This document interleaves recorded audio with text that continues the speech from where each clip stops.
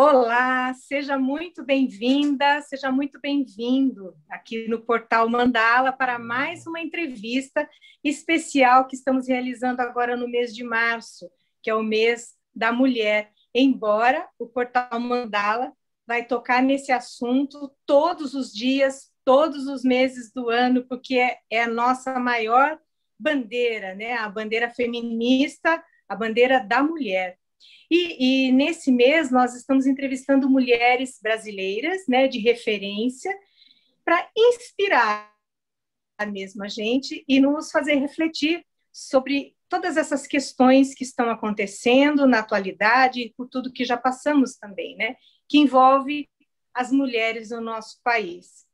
E a nossa convidada de hoje, a gente ficou tão feliz porque ela é jornalista, gente, e a gente tem um carinho todo especial por jornalista, por mulher jornalista, né? É Mônica Cristina Seixas Bonfim. Ela é mais conhecida como Mônica da Mandata Ativista. Então, além de jornalista, ela é redatora, é uma política brasileira filiada ao PSOL, ao Partido Socialismo e Liberdade. Nas eleições de 2018, ela foi eleita deputada estadual por São Paulo, utilizando o nome na urna e o nome parlamentar Mônica da Mandata Ativista na Assembleia Legislativa do Estado de São Paulo. Foi a primeira vez, pessoal, que uma candidatura coletiva foi eleita no Estado de São Paulo. Essa candidatura ativista, ela é formada, é formada por 9 ativistas políticos de diversas áreas. Tem a Anne Rami, que é ciclista e ativista das causas ligadas à maternidade, a Shirley Pancará, indígena e pedagoga, a Cláudia Visoni, jornalista, ambientalista e agricultora urbana, a Érica Hilton, que é transexual, negra e ativista dos direitos humanos, o Fernando Ferrari, que é militante da juventude periférica e da participação popular no orçamento público, Jesus dos Santos, que é militante da cultura, da comunicação e do movimento negro, Paula Aparecida, que é professora da rede pública, feminista e ativista pelos direitos dos animais, e Raquel Marques, sanitarista e ativista pela equidade de gênero e também do parto humanizado. Primeiro, eu queria agradecer muito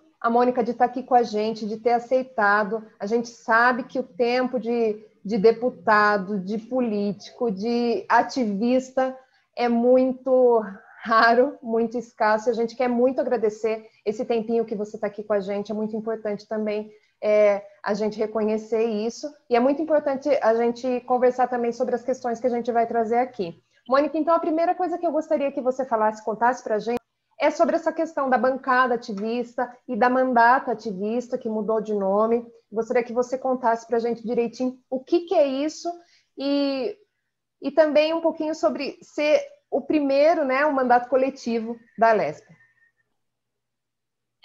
Eu me orgulho muito, porque ano passado, segundo a UOL, bancada ativista, mandatos coletivos entraram como palavras mais dadas, frases mais dadas no dicionário eleitoral de 2020. Eu tenho certeza que a nossa formulação e a nossa formação foi mais do que inspiração, foi ferramenta para justamente o que a gente objetivava lá no começo de 2018, quando a gente construiu isso, que é acessibilizar o espaço político, o espaço de debate, perfis, histórias, vivências diferentes do que a gente assiste na política. A política deveria ser o lugar onde se media o conflito cotidiano, né? Desse país plurinacional, se a gente for levar em consideração as organizações indígenas, de muitos perfis econômicos, sociais, étnicos, etc., a política deveria ser um lugar de mediação e de regulação do cotidiano. Mas o que acontece no Brasil é que a gente tem apenas um perfil representado, apenas uma vivência levada em consideração. Números deixam isso bem explícito. São homens de idade avançada, brancos, empresários. Então, a nossa política, ela fala basicamente de negócios, veja bem. Mas a sociedade tem um monte de outras camadas. A gente precisa falar de infância, a gente precisa falar de educação, a gente precisa falar de arte e cultura, a gente precisa falar de economia solidária, a gente precisa falar de agricultura, a gente precisa falar dos acessos vulneráveis, e nada disso está representado na nossa política.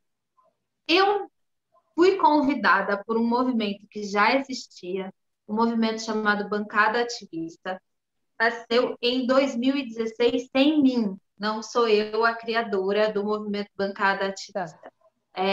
Eu sou ativista política das pautas ambientais, da água e etc. Eu sou de Tu, aí, da região interior de São Paulo. E aí eles voltam para a gente, eu fui uma das ativistas com outros tantos convidados, éramos mais de 15 à época, lá em 2017 ainda, fomos convidados de, olha, as coisas que vocês falam e representam não estão presentes na Assembleia Legislativa do Estado de São Paulo. E se vocês saírem todos juntos e compartilhassem o mandato? A gente ajuda com jurídico, a gente ajuda com comunicação, enfim. Ok. Em 2018 também, eu sou de esquerda, eu sou do campo progressista, eu sou do PSOL, Partido Socialismo e Liberdade. E lá em 2018, diante da ascensão do que a gente chama de neofascismo brasileiro, que é o setor bolsonarista, a gente acreditava que era preciso uma frente ampla das esquerdas, uma organização dos grupos de esquerda para apresentar uma alternativa ao bolsonarismo crescente. Por isso também se justificava a unidade de todos aqueles setores, animalistas, mulheres feministas, negros e negras e etc., numa eleição.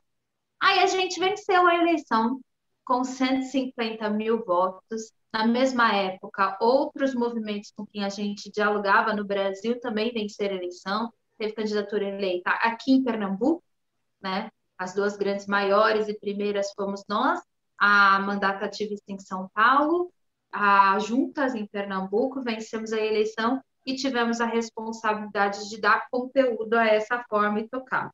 De início, a gente teve a primeira grande cisão. Esse é um mandato como experiência de si mesmo. Eu acho que ele é bastante, do ponto de vista parlamentar, ativo e eficiente. Não há dúvidas sobre a eficiência dessa coletividade que produz muito. Mas sobre a forma, a gente vai elaborando, porque nós somos experiência de nós mesmos. Nós somos vai ajustando, né? E a gente tem que lidar com a dificuldade prática disso, Sim. Né? Ter colocado todo mundo. A primeira grande dificuldade é o movimento versus o mandato. O movimento que criou, que sonhou e etc., que existe a bancada ativista e etc., requereu um pedaço do mandato. Falou, não, agora a gente quer estar com vocês. Aí foi a primeira vez que eu falei assim, opa, pera lá. A gente não fez isso daqui para eleger vulneráveis, negros e negras, etc. e tal. Então, por que representatividades do terceiro setor que não se apresentaram durante a eleição vão ter também voz e voto? Junto com a gente estava falando praticamente de ter mais gente trabalhando no nosso mandato, mais gente com voz e voto do que os 9 que se apresentaram. O movimento queria colocar mais gente. O que é um mandato coletivo, Mônica, afinal? Se não é bancada ativista, se é mandato ativista e etc., que nome tem, que raio que tem, que vocês são? Nós somos um pacto entre nós e nossos eleitores para encaixar dentro de um mandato só, no nosso caso, porque depois da nós, vieram um monte de outros que fizeram um monte de novos pactos com seus eleitores, né? Cada um ao seu modo. Mas na Alesp é só vocês? Só nós. Tá. Só nós. 2018 em São Paulo, só nós. 2020 eu acho que passou, tá beirando a 50 mandatos no estado de São Paulo, a vereadora e vereadora, que são coletivos. Você estava falando aí sobre juntar todo mundo, né? Me lembrei um pouco da música do Chico Saltimbancos, que ele fala, todos juntos somos fortes, que ele cita um bico, 4 patas e tudo. Então, a ideia foi fortalecer cada um desses temas. Então, imagina se a gente tivesse que escolher fazer campanha ou da indígena, ou da transexual, ou da mulher negra, ou do movimento cultural das periferias, a gente nunca ia ter capacidade, então a gente apertou para caber. Na teoria, quando a gente fez, a gente não sabia dos limites da realidade.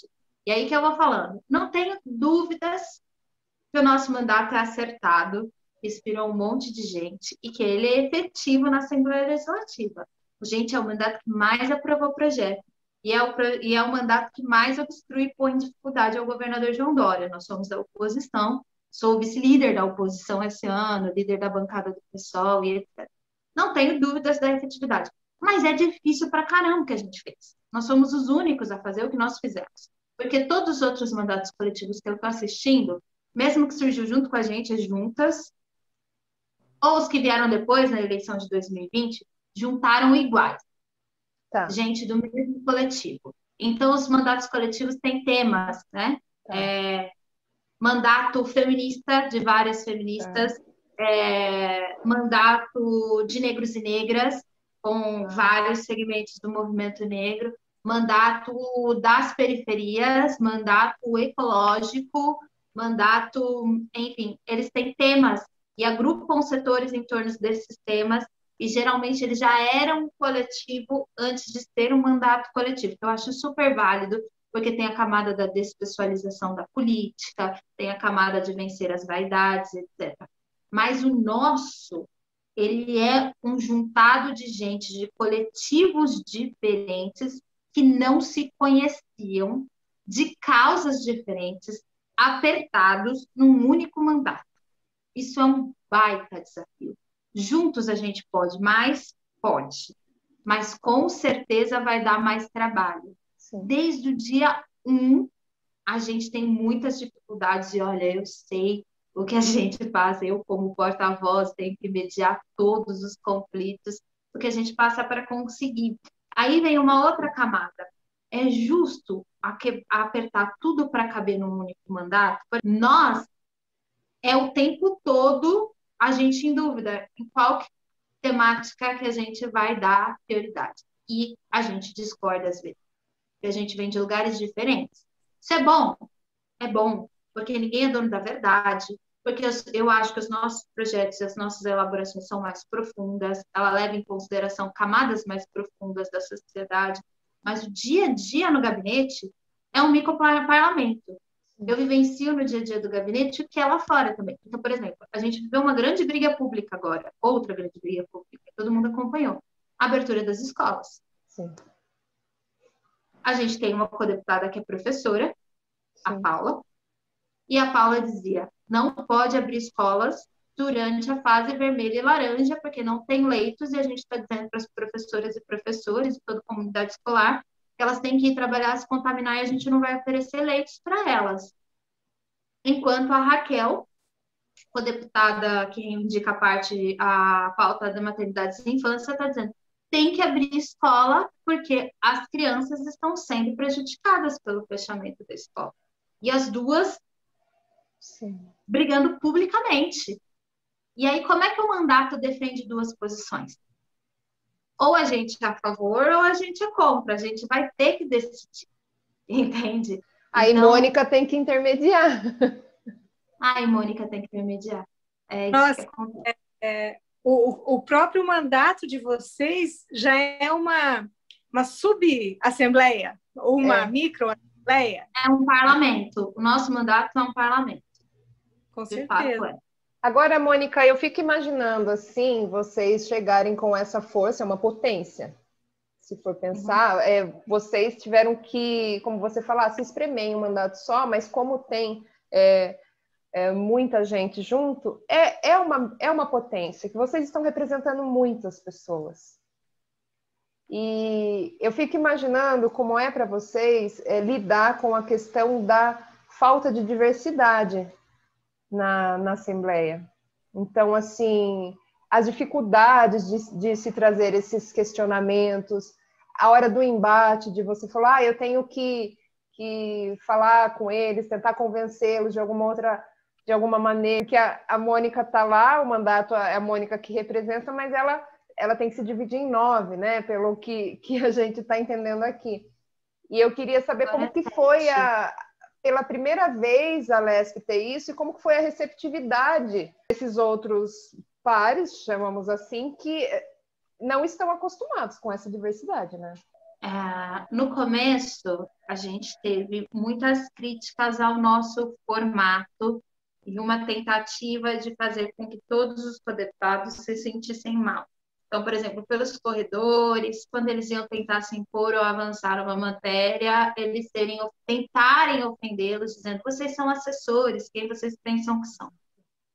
Mas, no dia a dia ali da Assembleia Legislativa, a gente logo entendeu que as articulações políticas no plenário são teatro.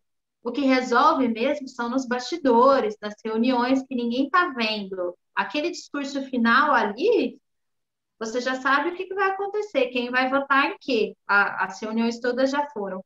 E que sim, tem assessores que são mais reconhecidos e mais articuladores do que a própria figura. Tem certos parlamentares que nem vão à Assembleia Legislativa, a gente fica ali lidando e negociando com o seu chefe de gabinete, com o seu favorito. Então, essas coisas foram se resolvendo com o tempo. E cada codeputado foi achando seu lugar. Assim, eu acho que tem lugares e lugares, a gente encontrou o nosso lugar de cada codeputado, mais ou menos, tem diferenças entre eles, né? São humanos diferentes, tem diferenças entre eles sobre o entendimento daquelas coisas. Mas a Assembleia Legislativa e a política institucional é um lugar violento, sempre foi. Nos interiores a gente sabe disso. Quantas histórias de candidatos que morreram, de eleitos que foram assassinados, de gente que tem ameaças de morte, etc. Trazendo para o macro da política, a gente assistiu o assassinato de Marielle, e eu estava ontem no Profissão Repórter, a gente está gravando hoje, não sei quando vai ao ar, mas a gente está gravando posterior a uma terça-feira que o Profissão Repórter abordou a violência contra parlamentares trans.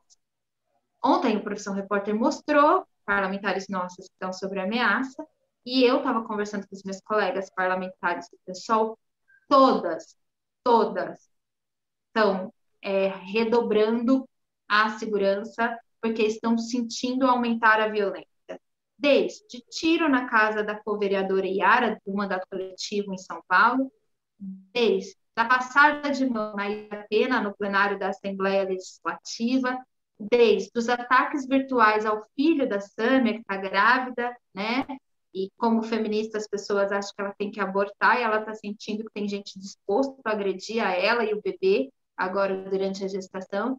Desde que os deputados bolsonaristas invadem o meu gabinete, abrem a porta do meu gabinete filmando para ver que horas eu entro, que horas eu saio. E ano passado eu passei o ano inteiro sendo perseguida por um garoto que hora dizia que queria casar e que horas ia me matar. E ele se materializava, assim, descobriu onde é que eu morava, ficava na porta do meu gabinete. Enfim, foi um momento de muito pânico, mas todas têm um caso assim para contar e por algum motivo está priorizando redobrar a sua segurança. Então, não é só a falta de pluralidade. A política institucional, ela nos mata.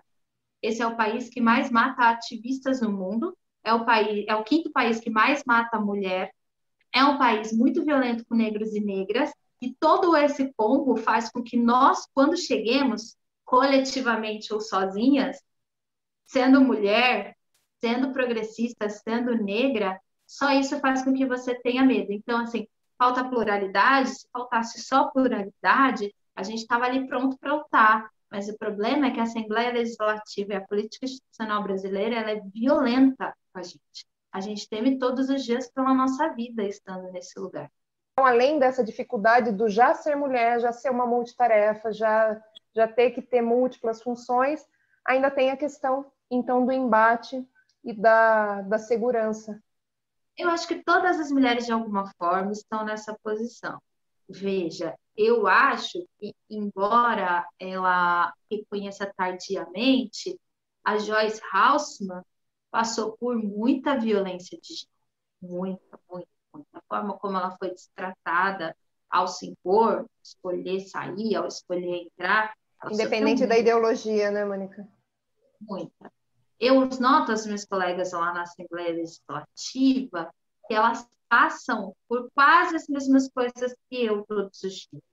Quando elas falam, geralmente o plenário vira as costas, não dá atenção, né? Os projetos delas só vão para frente se eles forem fofinhos, se eles forem de cuidado, se eles forem nome de rua, e etc. e tal. A política valendo, estrutural, estruturante, econômica, etc., são deixadas de lado, não são convidadas para participar dessa formulação. Os abraços com elas, os mesmos abraços que me incomodam e que a gente viu na televisão com a Isa Pena, que não são abraços, acontecem com elas.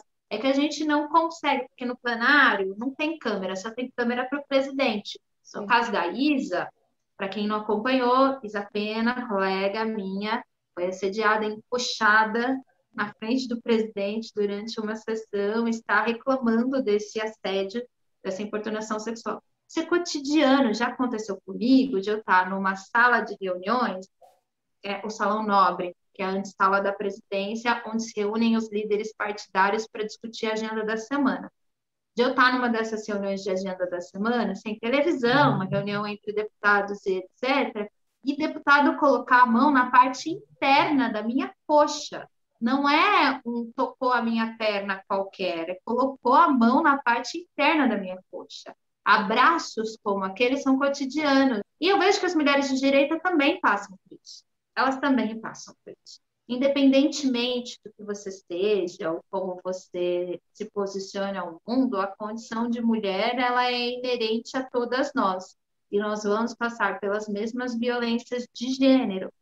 O que acontece é que a Malunguinho sofre violência de gênero de uma forma diferente, porque ela é uma mulher trans, então só a Malunguinho teve que ouvir que seria tirada do banheiro aos tapas, ainda bem que ela tem um banheiro privativo dentro do gabinete dela, porque essa mulher estaria exposta a muita violência se não fosse assim, e só eu tenho que ouvir comentários, tratos referentes à raça, né? Sou uma mulher negra, diferente de outras tantas mulheres ali. Mas violência de gênero, eu acho que todas nós passamos. E aí depende, né, do que você consegue aceitar, do que você consegue enxergar, porque às vezes também, dependendo da formação, a gente não enxerga a violência que está sofrendo, ou silencia, ou sente culpada. Precisa de muita coragem para lutar e denunciar. Eu não tenho coragem ainda de falar o nome do deputado que colocou a mão na parte interna da minha coxa, sabe por quê? Porque eu não tenho vídeo. E eu sei que vai acontecer comigo se eu falar o nome dele sem provas. Esses assédios, mesmo quando tem câmera também, tem um outro ponto, né? Tem assim, mas ela fez alguma coisa para merecer isso. Muitas vezes é isso que acontece. Não, eu queria te perguntar, Mônica, é o seguinte, vocês são pioneiros, né, digamos assim. Você acha, então, que o futuro, a alternativa, é ter cada vez mais mandatos coletivos para abarcar mais temas, mais a população? Você acha que é isso? Vocês estão abrindo aí a trilha, mas que seria mais interessante que tivesse mais mandatos coletivos? Eu acho que vai ter muito mais mandatos coletivos. Eu acho que é uma tendência. A gente comprovou isso na eleição de 2020. Muitos mandatos coletivos se elegeram e vêm se popularizando. E eu que venho elaborando sobre a minha própria experiência, como ela é a primeira, a gente brinca que a gente vive um reality, né? A gente vive um reality política, de ser a primeira experiência, de ter sido tão grande, etc. Eu sinto agora, elaborando sobre as dificuldades da minha e sendo transparente, falando sobre isso com as pessoas, para elas elaborarem, as pessoas têm afeto por essa forma, o que deve contribuir para que ela cresça. Só que, lembra lá no começo, que eu falei que a gente não pode ter fetiche de forma e não de conteúdo? Eu acho que os mandatos coletivos são uma ferramenta potente de criticar o sistema.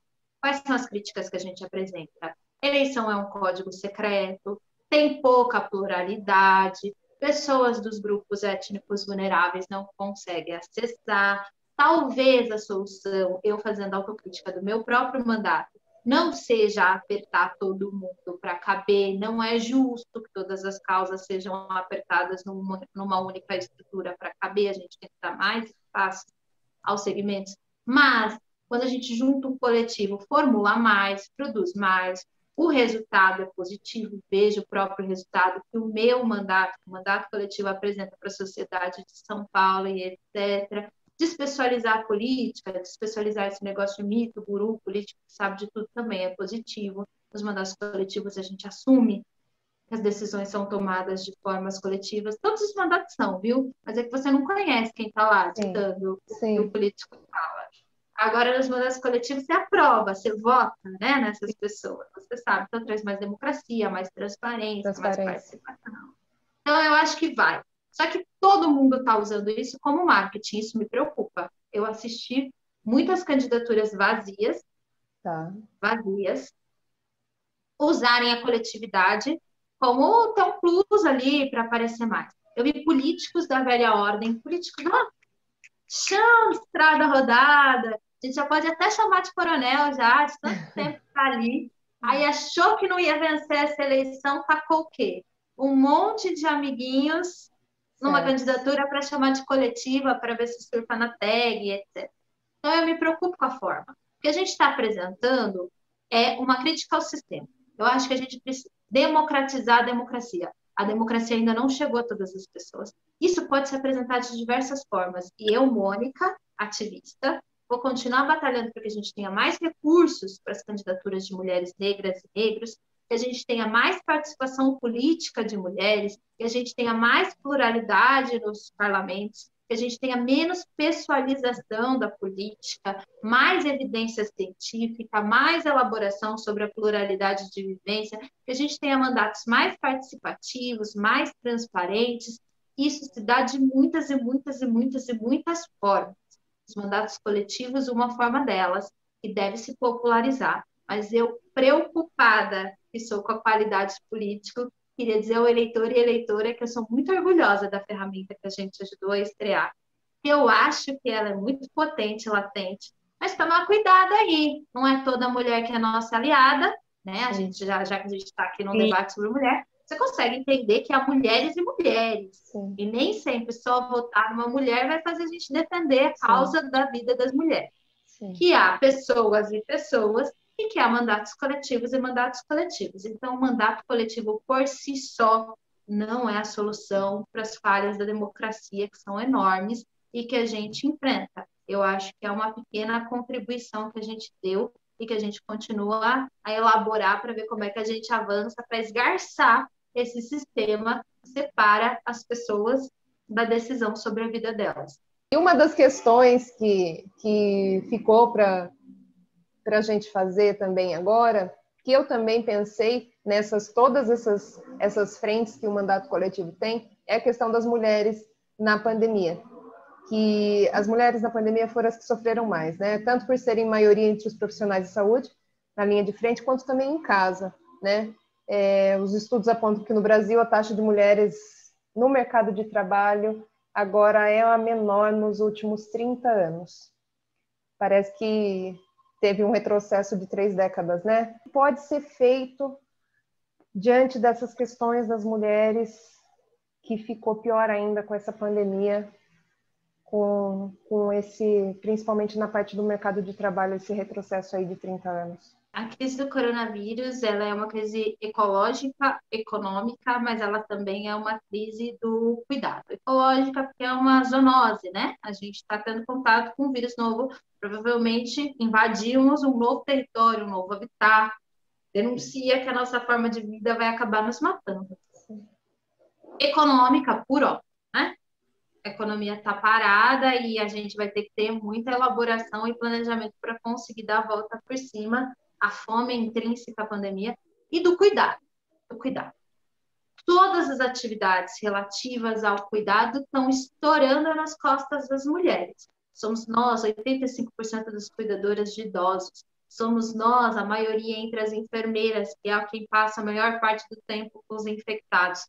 Nós somos nós, mulheres, mães, companheiras, filhas de idosos e etc. E tal, que estamos em casa fazendo a manutenção dos lares, cuidando do emocional da família e, ao mesmo tempo, trazendo o trabalho remunerado para dentro de casa. Eu estou dentro da minha casa, estou aqui toda hora fazendo sinal para o meu filho não falar. E a gente está gravando agora, né? Então, somos nós também, a maioria das professoras. É uma categoria majoritariamente de mulheres. Nós somos as responsáveis pelo cuidado. Nós fazemos a manutenção da vida. Isso chama a atenção de que talvez nós não tenhamos evoluído tanto e que a gente ainda tem muito que evoluir, porque a gente não perdeu só o lugar no mercado de trabalho, mas a gente não conquistou a partilha do trabalho doméstico. A gente não conquistou a partilha do trabalho doméstico. A gente não conquistou a partilha do trabalho do cuidado. Tudo isso está nas nossas costas e a gente não pode ignorar, chamar a responsabilidade de gênero também dos homens com compromisso, com cuidado, com viver, com estar, com morar e etc. E tal. Sobre o mercado de trabalho, a Rosa Luxemburgo já dizia que bastava uma crise social ou econômica para retirarem os nossos direitos. Eu sou feminista interseccional, sou feminista, mas compro bem o meu feminismo. Também foi outra crise no mandato dessa nossa pluralidade, né? Foi outra crise no mandato. A Raquel tem um feminismo diferente do meu. Por eu ser mulher negra, eu entendo que o nosso feminismo ele tem que dar conta de entender raça e classe também como consequência desse sistema que a gente vive, que a gente precisa alterar o sistema como um todo para vencer as opressões.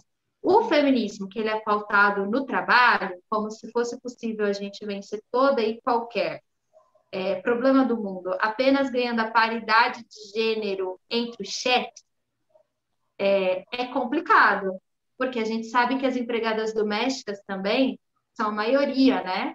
Do que perderam seus empregos agora, as diaristas, as camelôs e etc., são mulheres negras. As trabalhadoras do comércio e etc., que nunca tiveram o direito de cuidar de seus filhos, porque sempre tiveram fora de casa cuidando dos filhos dos outros, cuidando das nossas casas, cuidando da nossa comida e etc. Então, é uma outra perspectiva de perda, de ganho, embora todos nós estejamos... É uma crise generalizada, está todo mundo adoecido emocionalmente, financeiramente, etc. Qual é a elaboração que a gente tira disso? Primeiro, a gente precisa criar uma camada de proteção cada vez mais. Eu não falo nem das de baixo, mas eu falo das de poço, porque se a gente for pensar numa pirâmide que estrutura a sociedade, as mulheres trabalhadoras que estão aqui na base da pirâmide ainda não são as mulheres negras. As mulheres negras estão na informalidade. Tá. Estão na informalidade mesmo, então, né, ganhando ali o pão de cada dia e comendo mal ainda, se subnutrindo. Quando a gente fala em reformulação, a gente precisa criar cada vez mais uma camada de proteção para quem está nesse posto. A gente precisa formular sobre o serviço doméstico ainda, a gente precisa formular sobre o trabalho doméstico ainda, sobre a política do cuidado ainda, que eu penso muito, e aí tem discordância sobre isso dentro do mandato, que a gente ainda está elaborando e debatendo, discordâncias fortes. Escola não é rede de apoio. Escola, os professores são formados para alfabetização, para educação, para o vestibular. A gente precisa não ser responsável sozinha pelos cuidados dos nossos filhos. Não é justo que mulheres, de fato, sejam responsáveis sozinhas pelos cuidados dos filhos. A gente precisa de outras redes de apoio formadas por brincar, para permitir que essa criança seja sujeito, que tenha acesso à cultura, a lazer, descanso, entretenimento, e não seria também a escola integral. Seria outras redes de apoio, seria outros centros de vivência. Então, nessa crise do cuidado, a gente tem a dificuldade também para a escola aberta, escola fechada, mãe cansada, EAD, trabalho online, etc. Qual que é a solução? Primeiro, intransigentemente. A gente precisa aceitar que só o Estado agora, só o governo, pode fazer o dinheiro circular. Enquanto as pessoas precisam parar, só o Estado pode fazer o dinheiro circular. O dinheiro ficar parado vai quebrar tudo. Negócios e pessoas. A gente chama a crise de 29 de depressão, por quê? Porque as pessoas ficaram deprimidas, sem dinheiro. Vai estar acontecendo de novo. A gente está vivendo uma grande depressão. O Estado precisa de auxílio emergencial. O Estado de São Paulo não ofereceu. O Rio de Janeiro aprovou semana passada. A gente tem um projeto de lei na Assembleia Legislativa com Dória, parece impossível. As pessoas precisam comer. As mulheres precisam morar, pagar o aluguel, comer. Essa é a crise mais grave. A gente tem uma camada de mães solos, negras, periféricas, que estão sem dinheiro para pagar o aluguel e para comer. Primeiro a gente tem que resolver isso, auxílio emergencial. Depois da vacina, que vai demorar aqui no Brasil, a gente vai precisar de um plano elaborado de reinserção no mercado de trabalho. E aí também a gente não vai conseguir vencer com o Bolsonaro, porque precisa sim falar de cotas, a gente precisa sim falar de incentivo, a gente vai ter que vencer essa queda de participação das mulheres com políticas afirmativas. E essas políticas afirmativas a gente vai ter que elaborar, mas assim, contraturno escolar, renda básica emergencial, políticas afirmativas de contratação e inserção de mulheres no mercado de trabalho. Mulheres negras, mulheres vulneráveis, mulheres trans e todas as outras mulheres, mas sem excluir as do fosso primeiro, as do poço primeiro. Sim. Olha, Mônica, nosso tempo já tá passando, mas eu queria que você deixasse para nós e para todas as mulheres, principalmente para todas as mulheres, os homens também, claro, mas dessa vez eu quero uma mensagem de otimismo. O que você vê aí para frente, por favor? Uma luz. Uma luz. Se despede com essa ideia de otimismo, por favor. Olha, eu acho que falando sobre mulheres, nós somos das que mais sonharam e que mais apontaram a possibilidade de fazer diferente. Essa pandemia mostrou que a sociedade ela é como ela é porque não foi estruturada e nem sonhada por nós. Porque mesmo que em poucas agora, a gente já está fazendo muita diferença. Nós somos protagonistas nas elaborações de políticas públicas, nós somos protagonistas nas redes de solidariedade, e o Brasil é um país solidário, sim. A gente assistiu durante o ano passado muita gente se mobilizando a partir do ativismo que podia, costurando máscara, fornecendo matéria-prima, doando cestas básicas, doando o seu saber, o seu tempo, doando para redes de apoio das favelas organizadas, etc. A sociedade civil, com um protagonismo muito forte de mulheres, supriu boas lacunas deixadas pela falta de elaboração de política pública. E eu acho que essa onda é crescente. Eu acho que a saída está nas nossas mãos.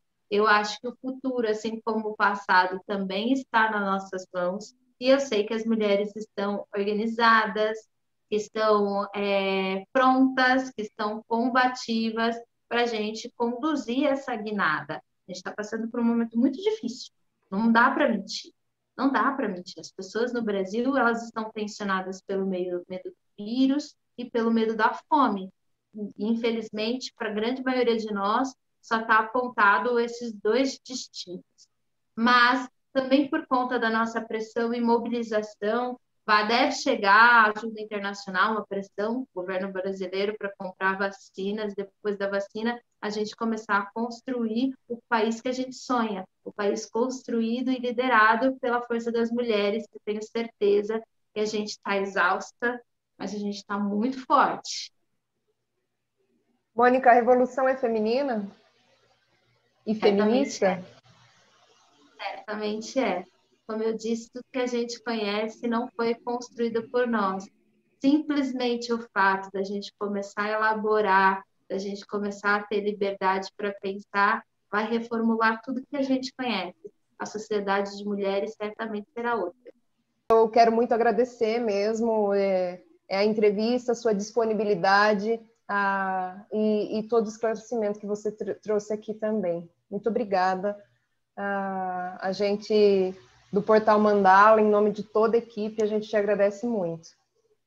Boa sorte para vocês, boa sorte nessa empreitada, estou à disposição, estou muito feliz que é de alternativas como a de vocês, como eu acabei de falar, mulheres corajosas se organizaram e se juntaram para poder ter um canal para falar do que acham importante e que sabiam em que outros veículos não teriam espaço, então fizeram o seu próprio espaço e é de um futuro assim, de mulheres que vai vir a transformação que eu acabei de falar. Então, sorte, vida longa a vocês aí, precisando, tô aqui, conte comigo.